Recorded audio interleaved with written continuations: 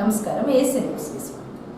కూటమి ప్రభుత్వం అధికారంలోకి వచ్చిన తర్వాత దివ్యాంగుల సంక్షేమం కోసం పెద్దపీట వేసిందని, దివ్యాంగులకు 6,000 రూపాయలు పెన్షన్ ఇస్తూ ఆసరాగా నిలబడిన ఏకైక పార్టీ తెలుగుదేశమని విద్యుత్ శాఖ మంత్రి గొట్టిపాటి రవికుమార్ అన్నారు. పంగులూరు మండలం ముప్పవరం క్యాంపు కార్యాలయంలో సోమవారం నియోజకవర్గం పరిధిలోని 35 మందికి దాతల సహాయ సహకారాలతో మంత్రి రవికుమార్ ఉచితంగా స్కూటీలు పంపిణీ చేశారు. అనంతరం నియోజకవర్గం పరిధిలోని 91 మంది లబ్ధిదారులకు 77 లక్షల రూపాయల విలువ కలిగిన ముఖ్యమంత్రి సహాయ నిధి చెక్కులను పంపిణీ చేశారు. ఈ సందర్భంగా ఆయన మాట్లాడుతూ, దివ్యాంగుల అవసరాలను దృష్టిలో ఉంచుకుని దాతల సహాయ సహకారాలతో నియోజకవర్గం వ్యాప్తంగా అర్హులను గుర్తించి 100కు పైగా స్కూటర్లు అందజేశారని, ఇంకా అర్హులై ఉంటే వారికి కూడా త్వరలో మోటార్ సైకిళ్లు అందిస్తారని మంత్రి చెప్పారు.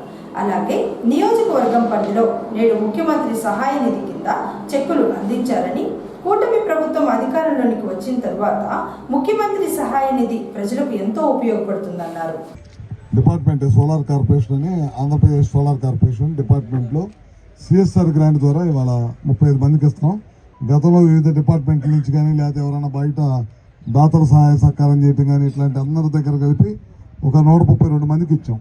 అంటే ఇప్పుడు దాకా 167 మందికి మన కాన్స్టిట్యూన్సీలో ఉన్న దివ్యాంగులకు కానీ వాళ్ళకి ఎవరికైనా ఇబ్బంది అయ్యి ఉంటే కనుక ఇట్లాంటి స్కూటర్లు ఇస్తున్నాం. ఇంకా కూడా మన దగ్గరకు ఇంకా ఒక 140 అప్లికేషన్లు వచ్చి ఉన్నాయి. ఇంకా మన కాన్స్టిట్యూన్సీలో ఎంతమంది ఉండవని చెప్పి ఇప్పుడు దానికి కూడా ప్రయత్నం చేస్తూ ఉన్నాను. తొందరలోనే ఎవరన్నా దాతల సహాయ సహకారాలు తీసుకొని వాళ్ళందరికీ కూడా ఈ మార్చి చివరిలో ఖచ్చితంగా అందరికి కూడా మిగతా వాళ్ళందరికీ కూడా అంతే ఒకేసారి అందరికి ఇవ్వలేం కాబట్టి ఇప్పుడు 35 మందికి ఇచ్చాం. నెక్స్ట్ ఇంకొక 35 మందికి అట్లా 2-3 ట్రిప్పులుగా మిగతా వాళ్ళందరూ కూడా ఇస్తామని చెప్పి. ఎందుకంటే చాలా మంది వాళ్ళకి వచ్చింది మా రాలేదని ఆదుర్త పడుతూ ఉంటారు. ఆదుర్త పడాల్సిన అవసరం లేదు. మన కాన్స్టిట్యూన్సీలో దివ్యాంగులు ఎవరైతే స్కూటర్ నడపగలుగుతారో వాళ్ళు ఏంటంటే అసిస్ట్ వాళ్ళు కానీ లేకపోతే మనకు దాతలు ఇచ్చేవాళ్ళు కూడా ఏంటంటే ట్రైనింగ్ తీసుకోమంటున్నారు. ఎందుకంటే మీకు ఇచ్చిన వెహికల్ మీకు ఉపయోగపడాలి, ఉపయోగపడి మీరు నడపడానికి ఉపయోగపడాలి. మీకు నడపడానికి ఉపయోగపడినప్పుడు వాళ్ళు ఇవ్వడానికి ఇష్టపడాలి. ఎందుకంటే కేవలం మీకున్న ఇబ్బందిని అధిగమించడం కోసమే ఈ వెహికల్ ఇస్తే మీరు వెళ్ళి పని చేసుకోవడానికి కానీ మీరు బజార్లకి ఎక్కడికైనా వెళ్ళి పని చేసుకోవడానికి కానీ వస్తున్నారు. ఈ మధ్యకాలం ఏం చేస్తున్నారంటే టిప్పు తీసి ఆ టైర్లు తీసేసి ఇళ్లలో వాడుకుంటున్నారు. ఆ కంప్లైంట్ వచ్చిన వాళ్ళ ఏమవుతుందంటే మీకు ఇచ్చింది మీరు వాడుకోకపోతే వాళ్ళు ఇచ్చేవాళ్ళు మాకు ఇయ్యరు. ఎవరైతే మనకి హెల్ప్ చేస్తున్నారో సిఎస్ఆర్ గ్రాంట్ కింద వాళ్ళు మీ దగ్గర మామూలు వాళ్ళు వాడుకుంటున్నారనే దానికోసం ఇవ్వట్లా. అందుకని దయచేసి మీరు మీ ఇళ్లలో వాడి కోసం కాదు, మీకున్న ఇబ్బందిని అధిగమించాలి. మీరు కూడా నలుగురితో పాటు బయటకు వచ్చి మీ పనులు చేసుకోవడం కోసం ఇది ఇచ్చింది. దాదాపు ఇప్పుడు ఇట్లా 7-8 మంది చేశారు. 7-8 మంది చేయటం వల్ల ఏంటంటే అవి వాళ్ళు చూసుకుంటూ ఉంటారు మనం వాడుతున్నామా లేదని చెప్పి. వాళ్ళ కంప్లైంట్ వెళ్ళినప్పుడు ఏంటంటే వాళ్ళు వాడుకోవట్లేదు, వీళ్ళు తీసుకెళ్ళి మామూలు వాళ్ళ ఇళ్లలో వాళ్ళు వాడుకుంటున్నారనే దానికి ఆ ఫండ్ రాదు, మాకు డబ్బులు ఇచ్చేవాళ్ళు ఉండవు. మీకు ఎట్లా స్కూటర్లు ఇస్తున్నామో అట్లా ఇప్పుడు దాదాపు 7,500 మందికి సైకిల్ ఇచ్చాం. ఇవన్నీ కూడా సిఎస్ఆర్ గ్రాంటే. అన్నీ గవర్నమెంట్ చేయలేదు కాబట్టి కొంతమంది ప్రైవేట్ వ్యక్తులు వ్యాపారవేత్తలు అట్లా వాళ్ళ దగ్గర వాళ్ళకి వ్యాపారం చేసుకొని వాళ్ళ దగ్గర లాభం వస్తే ఆ లాభంలో కొంత భాగం కార్పొరేట్ ఫండ్ కింద ఖర్చు పెట్టాలి కాబట్టి దాంతో భాగంగా ఇవన్నీ తీసుకొని వచ్చి మన కాన్స్టిట్యూన్సీలో మనం పెట్టుకుంటున్నాం అనమాట. అందుకని వీటిని మీరే వాడాలి. అర్థమైందా? సరే, ఓకే, ఉంటానండి. సుస్వాగతం. అందరి కర్తాల దినాలతోటి మంత్రి గారికి స్వాగతం తెలియజేద్దాం. అందరు చప్పట్లు కొట్టాలి. వాళ్ళు కొట్టుకోవాలా. 1,50,000 రూపాయలు బండి ఎత్తుంటే 1 లీటర్ పెట్రోల్ తెచ్చుకోకపోతే అట్ట. ముప్పారం రౌతు విజయలక్ష్మి, ముప్పారం వెంకట నరేష్ బాబు, అసిస్టాఫ్ చేపిస్తాము. మెకానిక్ వస్తున్నారు, ఒక 10 నిమిషాలు చేపిచ్చేది ఇస్తాం. ఏమన్నా దయచేసి బండ్లు తీసుకొని ఎవరు వెళ్ళమాకండి. సీ బుక్లు కూడా వస్తున్నాయి, టోల్ గేట్ దాటారు. అవి వచ్చిన తర్వాత అందరు వెరిఫై చేసి నెంబర్ ప్లేట్లు చెక్.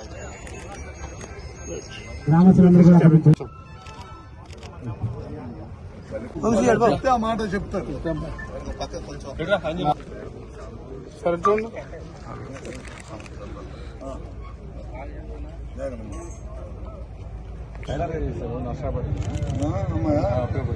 ఉపయోగపడుతుంది మీకైతే. ఈరోజు సంస్థ వారు ఆంధ్రప్రదేశ్ చొన్నలగడ్డ పద్మావతి దేనుకొండ 55,166 జొన్నలగడ్డ పద్మావతి, పోలేరమ్మ దేనుకొండ 41 పొటికలపూడి జ్యోతిశ్రీ,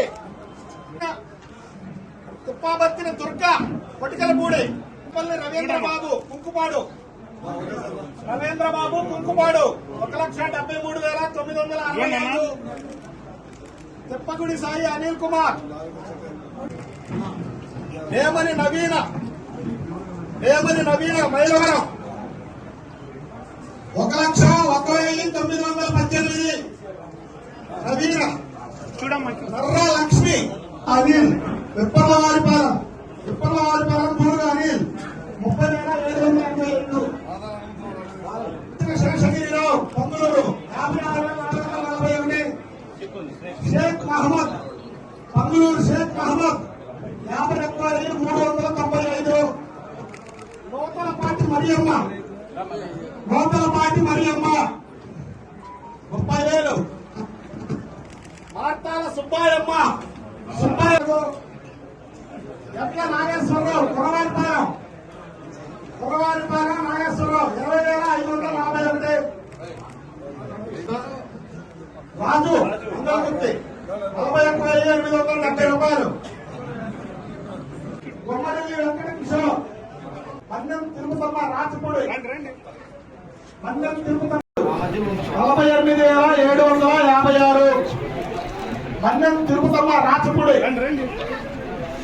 తిరుపతమ్మ రాచపూడి.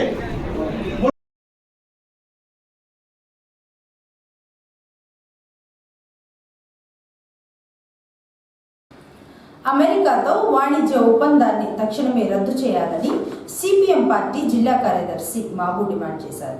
అద్దెంకిలోని స్థానిక సుందరయ్య భవనంలో సిపిఎం పార్టీ పట్టణ కమిటీ ఆధ్వర్యంలో రెడ్ బుక్ డే కార్యక్రమాన్ని నిర్వహించారు. కార్యక్రమంలో సిపిఎం పార్టీ జిల్లా కార్యదర్శి మాబు, సిఐటియు జిల్లా కార్యదర్శి ముజుందార్ పాల్గొని మాట్లాడారు. భారతదేశ సంపదను అమెరికాకు లాభాలు చేకూర్చే విధంగా వాణిజ్య ఒప్పందాలు ఉన్నాయని, అమెరికా నుండి దిగుమతి చేసుకునే సరుకులపై 18% సుంకాలు చెల్లించాల్సి వస్తుందని, అదే భారతదేశం నుంచి అమెరికా దిగుమతి చేసుకునే సరుకులపై 0% సుంకాలు ఉన్నాయని, దీనివలన భారతదేశ రైతాంగం పండించిన పంటకు రాబోయే కాలంలో గిట్టుబాటు ధర లేకుండా తీవ్రమైనటువంటి నష్టాలు వస్తాయన్నారు. ప్రధానమంత్రి నరేంద్ర మోడీ, బీజేపీ ప్రభుత్వం వాస్తవాలు ప్రచారం చేయకుండా అవాస్తవాలను ప్రచారం చేస్తున్నారని, అమెరికాతో ఒప్పందం చాలా ఉపయోగకరమైనదని ప్రచారం చేస్తున్నారన్నారు. అమెరికా నుండి క్రూడ్ ఆయిల్ దిగుమతి చేసుకుంటే సంవత్సరానికి 1,00,000 కోట్లు భారం పడుతుందన్నారు. ఆనాడు 450 కోట్ల మంది ప్రజలు ఉంటే 150 కోట్ల మంది ప్రజలు సోషలిస్టు ఎజెండా కింద వాళ్ళందరూ అక్కడ పాలన సాగించే పరిస్థితి వచ్చింది. అంటే అప్పుడు ప్రపంచమంతా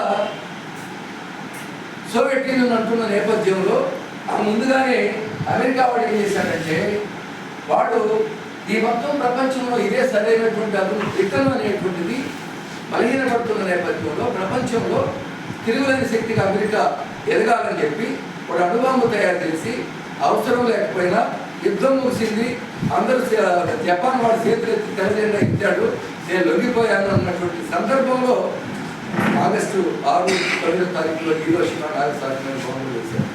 ఎందుకు వేశాడంటే, నేను ప్రపంచంలో శక్తివంతుణ్ణి, స్టాలినే శక్తివంతుడు అనుకుంటారేమో, సోవియట్ యూనియన్ శక్తివంతులు అనుకుంటారేమో అని చెప్పి చెప్పడం కోసం వాడు బాంబు వేశాడు. అంటే అప్పుడు కూడా అప్పటి నుంచి అమెరికా ఒక శక్తిగా ముందుకు వచ్చింది. ఈ సందర్భంలోనే ఈ రెండో ప్రపంచ యుద్ధం అయిపోయిన తర్వాత ఎవరికి వాడు రకరకాలైనటువంటి ఆయుధాల కోసం టెక్నాలజీని తయారు చేసుకున్నారు. ఆ టెక్నాలజీ తర్వాత దానంతా తర్వాత వస్తువుల వినియోగానికి ఉపయోగించుకున్నారు. అయితే 50 తర్వాత అంటే 1917 నుంచి 50 దాకా ప్రపంచంలో కమ్యూనిస్ట్ పార్టీ అనేటువంటిది రోజుకో రకంగా ముందుకు వెళుతున్నటువంటి స్థితి నుంచి 55 తర్వాత అది ఒక్కొక్క అడుగు వెనక్కేస్తూ వచ్చింది. ఎందుకు వెనక్కేస్తూ వచ్చింది అంటే, మార్క్స్ చెప్పినటువంటి సిద్ధాంతాన్ని కమ్యూనిస్టుల కంటే 56లో స్టాలిన్ చనిపోయాడు. కమ్యూనిస్టుల కంటే పెట్టుబడిదారులు ఆ సిద్ధాంతాన్ని అధ్యయనం చేయడం మొదలుపెట్టారు. 3వ ప్రపంచ యుద్ధం రావాలి అంటే యుద్ధం కావాలి. ఇప్పుడు సామ్రాజ్యవాదులకు అంటే యుద్ధం కావాలి కాదు, యుద్ధం జరుగుతూ ఉంది. మార్కెట్ల కోసం యుద్ధం, ఇప్పుడు యుద్ధం జరుగుతుంది. యుద్ధమే వాడు ఇప్పుడు ఏం చేశాడు, వెనుజులాలో ఆయన్ని తీసుకెళ్ళారు, ఒక బందిపోటు దొంగల్లాగా తీసుకెళ్ళారు. తీసుకెళ్ళేమన్నాడు, వెనుజులా అధ్యక్షుడు నేనే అంటున్నాడు ట్రంప్.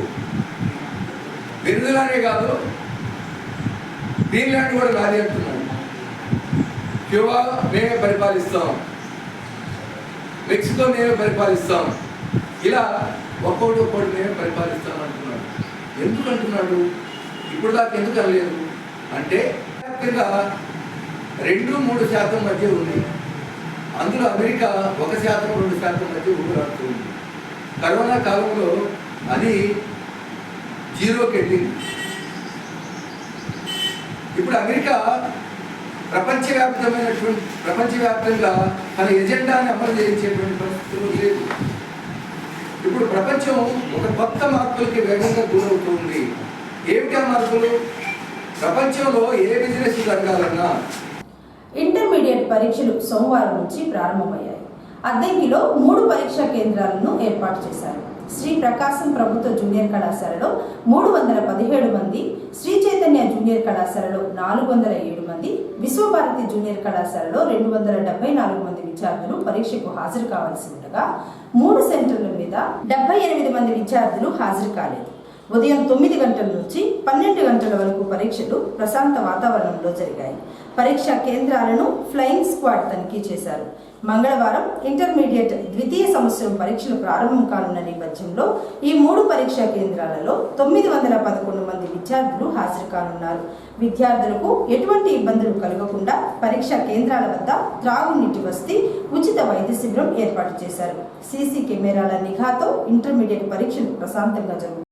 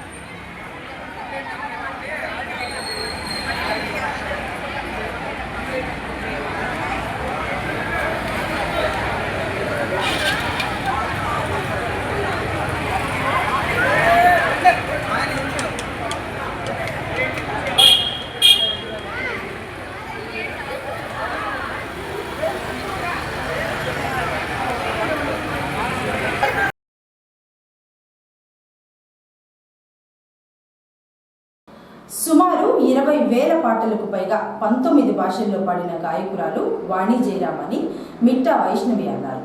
అద్దెంకిలోని స్థానిక బంగ్లా రోడ్లో ఉన్న చిన్ని శాంతయ్య భవనంలో ఆదివారం రాత్రి ఆర్టీసీ రిటైర్డ్ ఎంప్లాయీస్ యూనియన్ ఆధ్వర్యంలో ప్రతిభావంతుల సభ జరిగింది. ఈ సందర్భంగా ప్రతిభామూర్తుల చిత్రపటాలకు ప్రముఖులందరూ కలిసి పూలమాలలు వేసి నివాళులర్పించారు.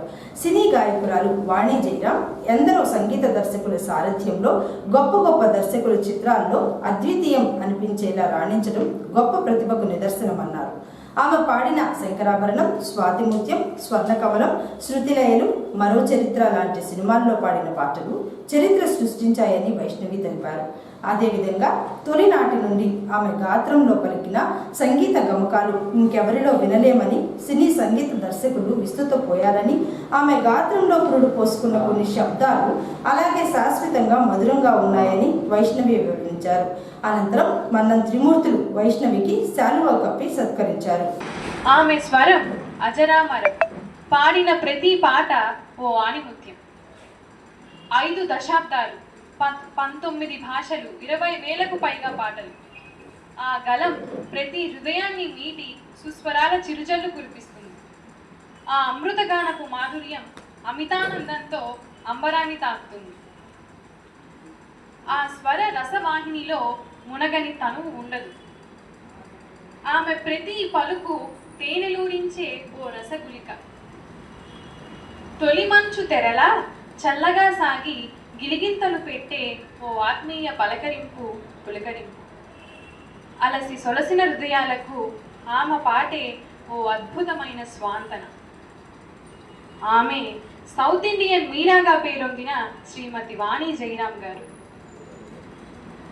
ప్రతిభామూర్తులు మధుర స్మృతుల 52వ సభలో మన అమర గాయకుడు పద్మశ్రీ ఘంటసాల వెంకటేశ్వరరావు గారి స్మారక కళావేదికపై మరో అమరగాయని శ్రీమతి పద్మభూషణ్ వాణి జయరాం గారి గురించి ప్రసంగించే అవకాశం ఇచ్చిన ఏపీఎస్ఆర్టీసీ రిటైర్డ్ ఎంప్లాయీస్ అసోసియేషన్ మరియు ప్రతిభామూర్తులు మధుర స్మృతుల కార్యక్రమాలను విజయవంతంగా నడిపిస్తున్న అధ్యక్షులు పెద్దలు శ్రీ పిసిహెచ్ కోటయ్య గారికి, మిగిలిన సంఘ సభ్యులకు, నేటి సభాధ్యక్షులు ఘంటసాల గానభారతి అద్దంకి అధ్యక్షులు శ్రీ మోటుపల్లి రామదాసు గారికి, జ్యోతి ప్రజ్వలన గావించిన మాజీ సర్పంచ్ శ్రీ చెన్నుపల్లి వెంకటేశ్వర్లు గారికి, శ్రీ అరిగెల నాగరాజు గారు అద్దంకి టీడీపీ అధ్యక్షులు వారికి, నన్ను ఆశీర్వదించడానికి విచ్చేసిన పెద్దలందరికీ పేరు పేరున నా హృదయపూర్వక నమస్సుమాంజలు. మీ అందరి సమక్షంలో ఈరోజు శ్రీమతి వాణి జయరాం గారి గురించిన జీవిత విశేషాలు, ఆమె గాన మాధుర్యం గురించి మాట్లాడే అవకాశాన్ని చిరు సేవగా భావిస్తూ, దొరకునా ఇటువంటి సేవ, దొరకునా ఇటువంటి సేవ, నీ పదరాజీవముల చేరు నిర్వాణ సోపానమధిరోహణము సేయుత్రోవ, దొరకునా ఇటువంటి సేవ అంటూ ఆమె ఆలపించిన గీతామృతాలు వినగానే అందరి హృదయాలు ఆధ్యాత్మిక ఆనందంతో తడిసి ముద్దవుతాయి. శ్రీమతి వాణి జయరాం గారి బాల్యం, విద్యాభ్యాసం గురించి మాట్లాడుకుంటే, విదూషి వాణి జయరాం గారు 1945 నవంబర్ 30న తమిళనాడు రాష్ట్రంలోని వెల్లూరు పట్టణంలో జన్మించారు.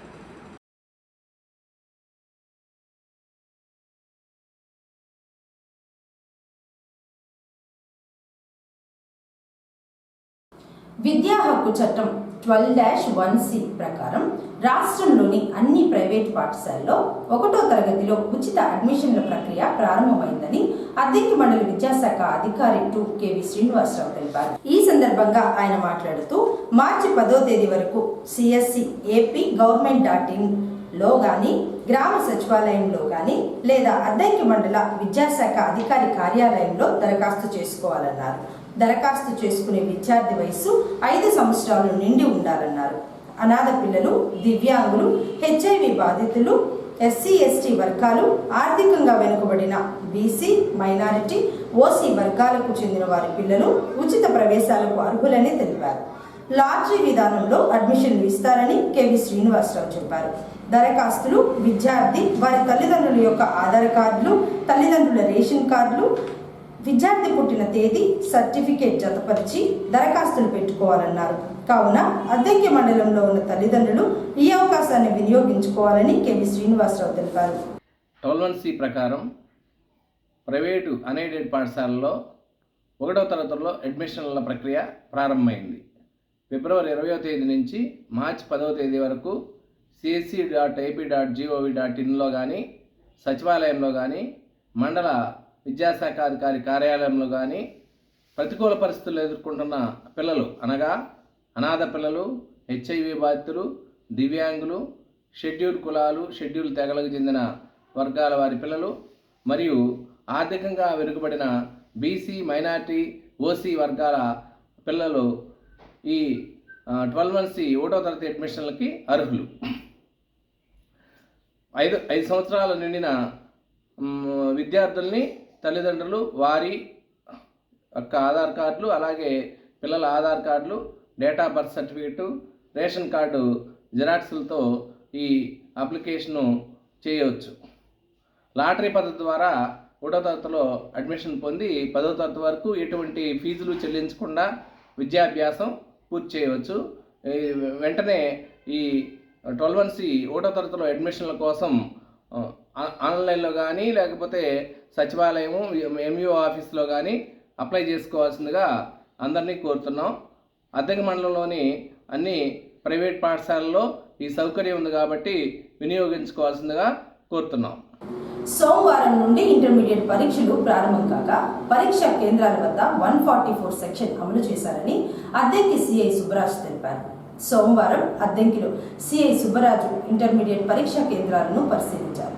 ప్రతి పరీక్షా కేంద్రం వద్ద బందోబస్తు ఏర్పాటు చేయించి పరీక్షా కేంద్రాలు, పరిసర ప్రాంతాలలో ఉన్న జిరాక్స్ షాపులను పరిశీలించి మోయించారు. పరీక్షలు జరిగే సమయంలో జిరాక్స్ సెంటర్లు తెరిస్తే చర్యలు తప్పవు అని సిఐ సుబ్బరాజు హెచ్చరించారు. అందరికీ నమస్కారం. ఇంటర్మీడియట్ ఎగ్జామ్స్ ఈ రోజు నుంచి మొదలైనవి. ఆ ఏరియా మన దగ్గర అద్దెంకిలో 3 సెంటర్స్ జరుగుతున్నాయి. ఒకటి గవర్నమెంట్ జూనియర్ కాలేజీలో, ఒకటి శ్రీశైలం కాలేజీ, అది విశ్వభారతి కాలేజీలో. ఆ ఏరియాలో 144 సెక్షన్ అమల్లో ఉంది. ఎవరు కూడా గుంపులుగా ఆ ఏరియా సంచరించవద్దు.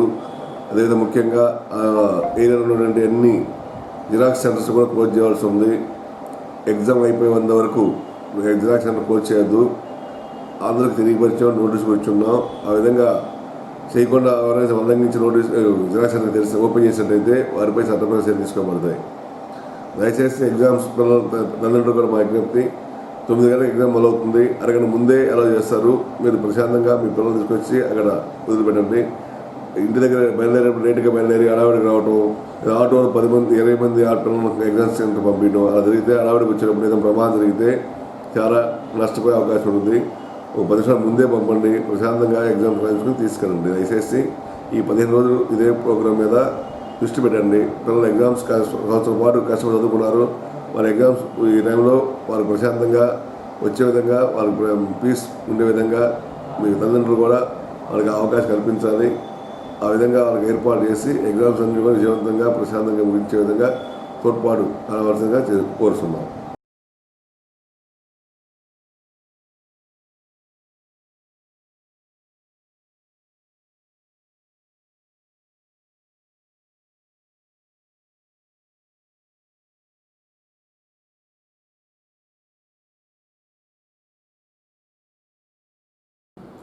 అద్దెంకి మండలం శ్రీనివాస్ నగర్ వద్ద రాష్ట్రీయ రహదారిపై సోమవారం రోడ్డు ప్రమాదం చోటు చేసుకుంది.